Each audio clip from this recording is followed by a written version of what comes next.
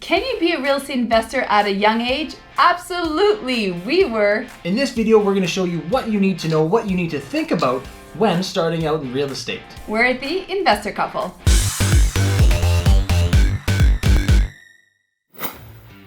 I'm Mel. And I'm Dave. And we're the Investor Couple. And you're watching Real Estate Investing 101. On this channel, we teach real people just like you the secrets to time freedom, location freedom, and financial freedom through real estate investing. New tips every week, so make sure to subscribe. You might have heard that a lot of people can become financially free through real estate investing, but what about starting at a young age? You absolutely can by following these 5 tips. We are living proof that you can do this. I bought my first house at 20 years old. Yes, and now we own just under 200 units. First things first, you gotta get yourself a mentor. You want to learn from somebody who specializes in what you want to do. It doesn't just have to be one person. You can have different mentors for different parts of your life. This is specifically about real estate. When finding a mentor, you want to look for someone who has done what you want to do and is where you want to be. This person will be able to guide you. Now let's talk about a couple of different things. They will be able to help you from their past experience. So when you hit that roadblock, they will be able to guide you and tell you how they dealt with it and what they suggest on how you should deal with it. When you have a problem, they will have ideas on solutions. Having a mentor that has been there and done that will help you leapfrog time and effort.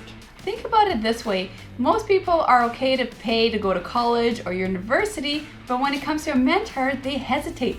Real estate investing can create financial freedom. It can make you rich. So why not invest in yourself in order to get those results? Now, pro tip here, you want to make sure whoever you choose has a proven portfolio. You don't want to just go to anyone who just talks the talk. You want somebody who can actually showcase their portfolio. And Dave and I, that's exactly what we do. We have a website where people can see all of our properties because we are very transparent. And most importantly, find a mentor who has proven results from their mentees as well. And again, what Dave and I do, we feature every single Monday somebody on our Instagram page because they are getting results. So find a mentor in your lane in what you want to do that are also creating results for their mentees. Take us, for example. We've spent well over $100,000 on mentors, and this has helped us with our growth. Yes, I don't regret a single penny because without it, I wouldn't be where I am today.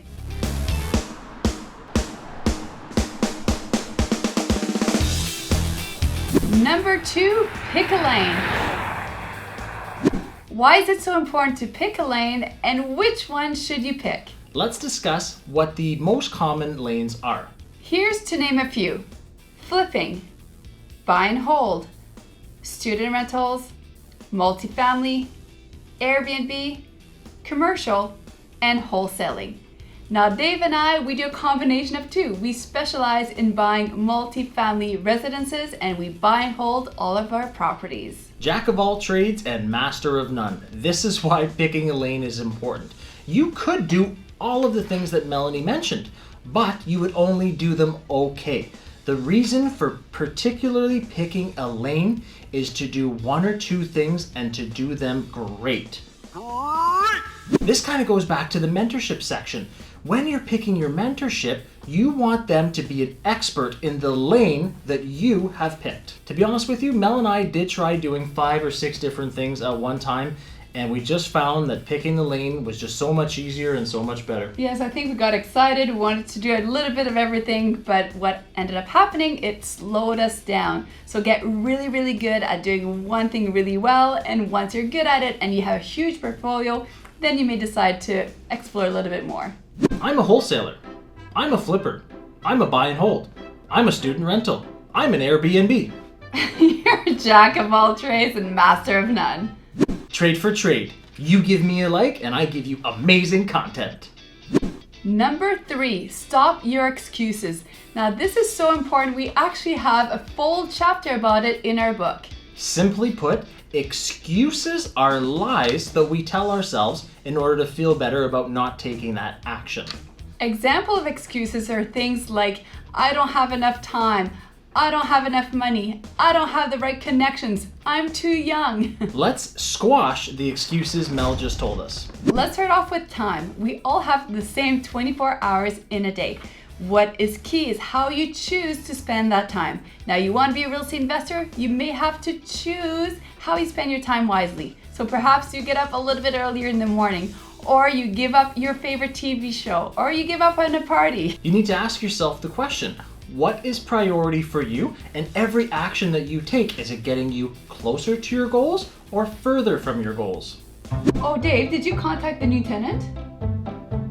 I had a fever and my goldfish died.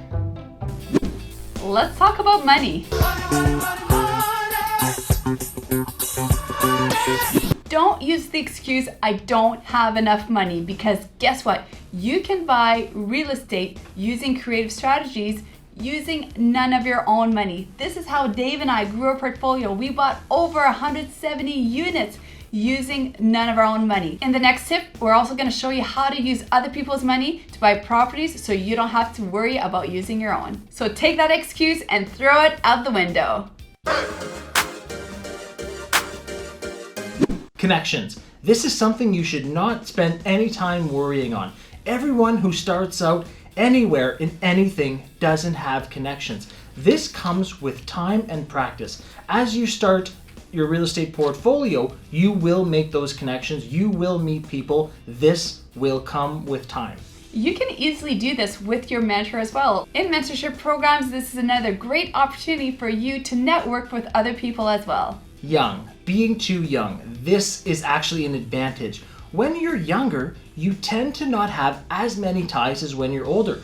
So you are very flexible. You might not have a family. You might not have obligations such as debt, mortgages, car payments that you need to pay. You can go out there, you can explore, you can do a bunch of different things when you're young that, let's say, when you're 40, 50 years old, you have a lot more tie downs and baggage than when you're young starting out. Yes, so start now. Dave and I were both able to quit our full-time jobs in our 30s. Guys, this is doable. Number 4, understanding creative financing. Now we're going to go to the whiteboard and show you an example, but let's first explain it. Creative financing is exactly what it sounds like. It's outside the box, thinking different, while still following all the rules and regulations that are set out. Knowing this ahead of time, you will need to find institutions, mortgage brokers that will allow for this type of financing. I'm not saying that everyone accepts it or everyone utilizes it, but that doesn't mean that you can't use this to your advantage. Yes, these strategies have changed our lives because we also didn't have the money to continue to grow our portfolio. When we applied these strategies, we're going to show you in the whiteboard right now. That's when we bought 12 properties in 12 months. Let's analyze this deal that you can buy using none of your own money. So for easy numbers here, let's say we have a purchase price for this triplex of $300,000. Now the next line would be your first mortgage. So let's say you go to a final institution, a mortgage broker that allows for creative financing. They would give you a first mortgage, and again, let's use some lingo, loan to value of 80% of this would come up to $240,000. So you're missing 20% in order to finance the deal. Now you're not going to use any of your own money. You're going to go up to Mr. and Mrs. Seller to ask them to do owner financing with you. So essentially they are becoming the second mortgage. This is how Dave and I never use any of our own money to buy deals. And to keep it simple, what the owner is going to be doing is they're going to be taking equity and turning it into a mortgage. Now don't let that scare you. It's going to be the lawyers and attorneys that deal with all of that stuff. Now in this example, we purchased a underperforming triplex, meaning it needed some work and the rents were still low. So what we did, after some TLC and an increase in rent, we now have a $400,000 after repair value, ARV. Now that you got a new appraisal, you're going to go back to the financial institution to get a new first mortgage of $320,000. That means that you are paying off the first mortgage of $240,000 and also the BTB or owner financing of $60,000. Now this leaves in your pocket $20,000. And if you're wondering where the $20K comes from, like Mel said, we took the refinance amount, paid out all the existing debt, and this is exactly what is left over, $20,000. Now, in a refinance, you do not have to pay any tax. It is a non-taxable event. So how cool is this scenario behind us? You bought a triplex with none of your own money. You paid back the lenders, the investors. Now you're left with that triplex that will continue to make money every month. You got some tax-free refinance, and you now have a infinite return on investment deal, okay? That's infinite because you put zero money into the asset and the asset continues to pay you every month. This is how you can quickly grow your portfolio because you don't have to come up with this 20% down anymore. You're using other people's money. Number 5, get to know the lingo. This actually touches back on all the other 4 previous points. Knowing the lingo, knowing how to talk to investors, and most importantly, understanding what they're saying to you is going to help you in your real estate investing career.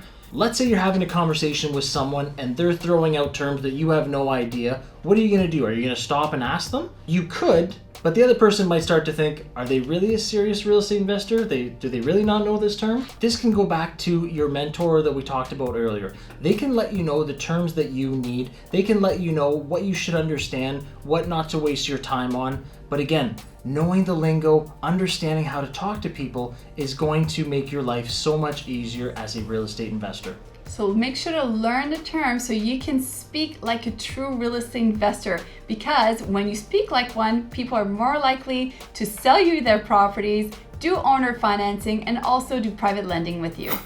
So ask yourself, do you know different terms such as equity, appreciation, LTV, loan to value? And if not, we prepared a video for you to watch, so go check out this next video. I'm Mel. I'm Dave. Don't make any excuses. Go check out that video.